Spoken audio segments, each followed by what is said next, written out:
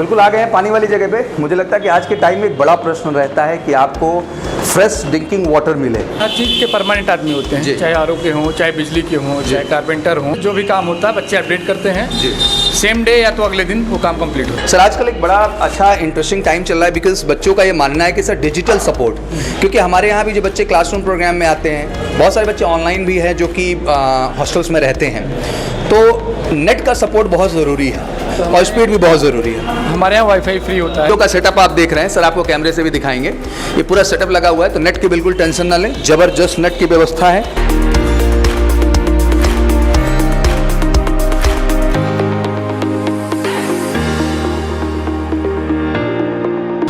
20 hostel हैं। 20 hostel का मतलब ये है कि हज़ारों की कैपेसिटी हमारे पास है, आपको बिल्कुल टेंशन लेने की ज़रूरत नहीं है। हाँ, बट ये है कि ये भी सीट्स बुक हो जाती हैं। और सबसे बड़ी बात हमारे हॉस्टल में ये है कि मेजर कल्सी के ही बच्चे अलाउ हैं, बाहरी बच्चे यहाँ पे नहीं रहते। तो एक सबसे बड़ी बात है कि यहाँ केवल MKC के बच्चे रहते हैं।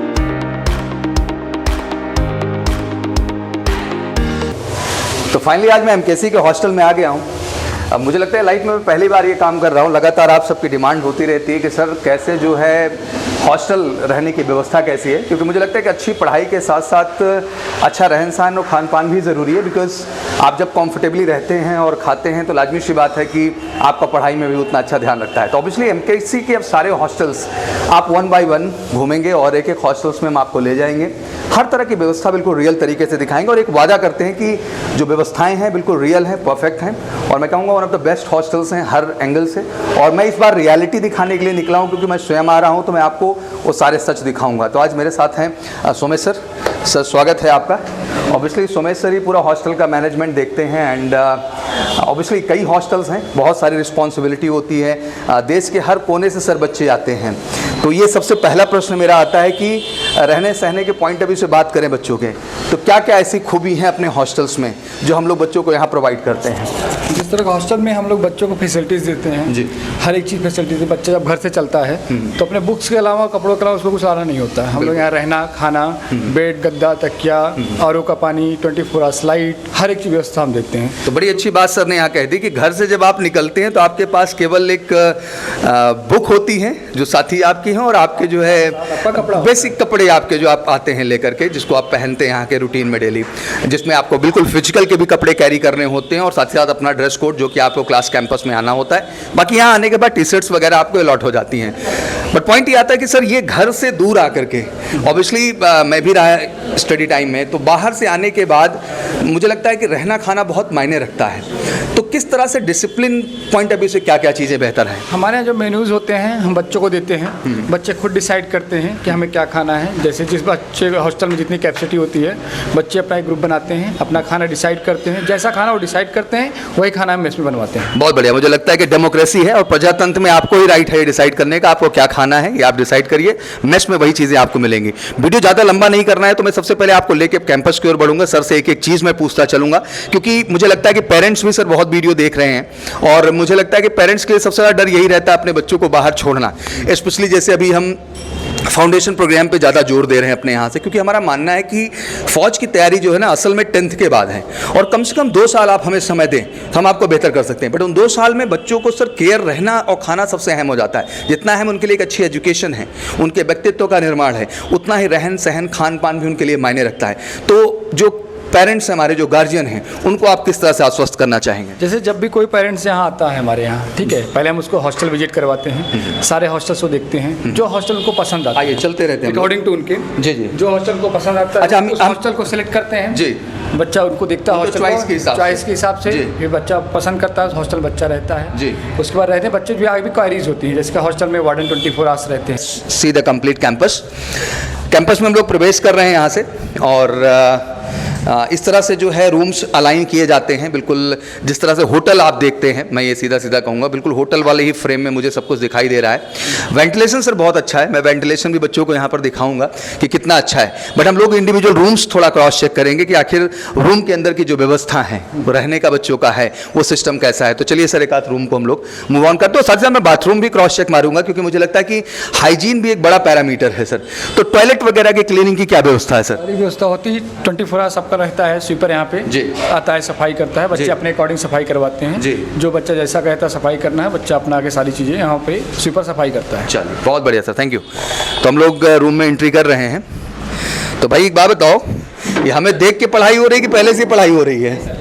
तो सबसे पहले अब मेरे को देख के मत जवाब देना, खाना वगैरह ठीक ठाक है? नहीं सर, बढ़िया है खाना तो, कोई दिक्कत तो नहीं? नहीं सर। अपनी इच्छा अनुसार? Yes sir. क्योंकि डेमोक्रेसी मेरे लिए बहुत ज़रूरी है। नहीं सर, खाना और मैं हमेशा एक बात कहता हूँ कि मैं भी छात्र ही हूँ, क्या हूँ, तो छात्रों की बात सबसे पहले सुनी जाएगी, किसी की सुनी जाए या ना सुनी जाए।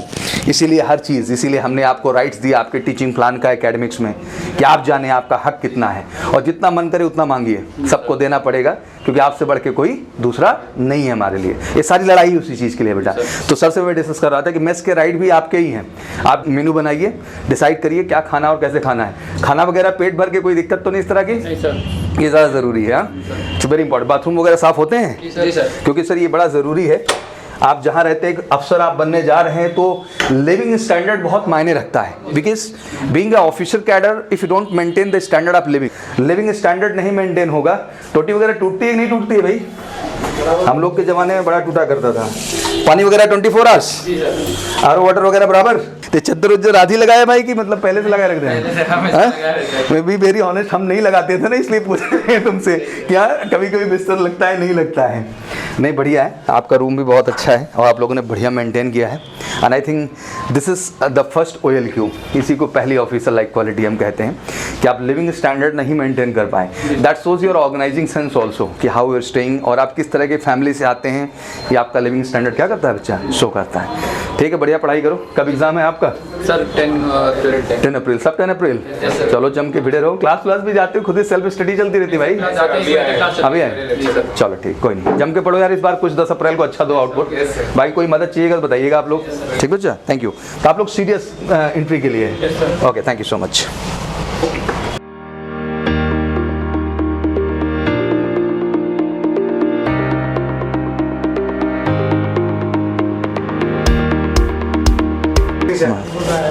Okay sir, thank you. SSB class में यार मुलाकात नहीं हो पाती हम लोगों की ना? हाँ, it's for me also tough कि मैं इनके क्लास तक नहीं पहुंच पा रहा हूँ। बट फ्रॉम यू आर, कहाँ से आप? I'm from Nainital, sir. Are from Nainital, that's very nice. रहना ठीक रहा, कोई इशू तो नहीं? सर सब बढ़िया रहा? Perfect, sir. क्लासेस वगैरह ठीक थी, कोई दिक्कत तो नहीं? 14 days का बैच खत्म हो गया and today I'm leaving because tomorrow is my SSB. Okay. Allahabad only. अच्छा, तो this is the inverter facility sir. Somesh sir please come. तो this is basically inverter facility. तो लाइट वगैरह सर जब कट जाता है तो we have a 24 hour electricity backup. एक अच्छी बात है, मैं शायद ये पूरे देश के कैंडिडेट से कहना चाहता हूँ, once you talk about the Prayagraj, once you talk about the Allahabad city, once you talk about the माँ सरस्वती की धरती, तो इस शहर की कई सारी खूबियाँ हैं।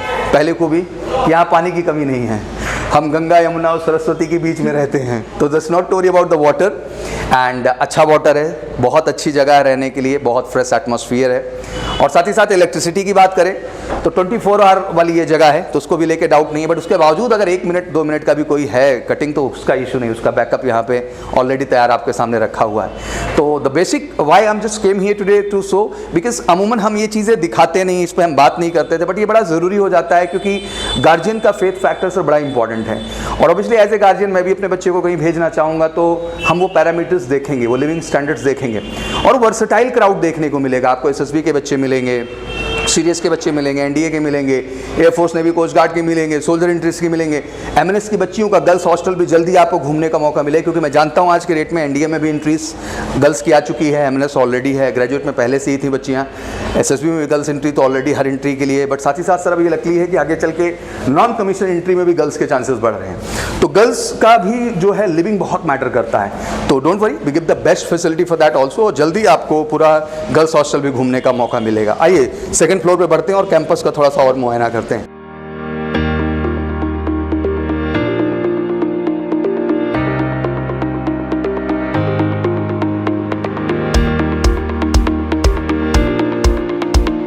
बढ़िया, आ जाए सर।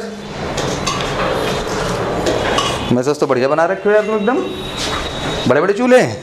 तो ये आपका जो है मेस सेक्शन है, हम लोग मेस में आ गए हैं। जी सर। बिल्कुल घर जैसा किचन दिख रहा है। ये इस पे खाना आप बनाते हैं? जी हाँ सर। तो ये किस लिए रखे थे बड़ा बड़ा? बड़े रोटी बनती है। अच्छा, क्योंकि हाँ ये रोटी बनने के लिए होगा और ये जो है ये सिलेंडर्स के स्टॉक लगे रहते हैं? जी हाँ सर। कुछ भी हो जाए सिलेंडर नहीं घटना नहीं चाहिए, करना चाहिए। That is more important. हाँ चलिए बढ़िया जी। सब्जी वगैरह जो है सब फ्रेश माल रहता है? फ्रेश माल रहता है सर। हाँ चलिए बहुत बढ़िया जी। ये सब देखना बड़ा ज़रूरी है, क्वालिटी कंप्रोमाइज़ नहीं है सर। हाँ नहीं सर। चलिए बहुत बढ़िया है। लहसुन वगैरह सब ताज़े रखे हैं बिल्कुल? ताजे सर। चलिए बहुत बढ़िया जी। अच्छा लग रहा है आपका किचन मुझे।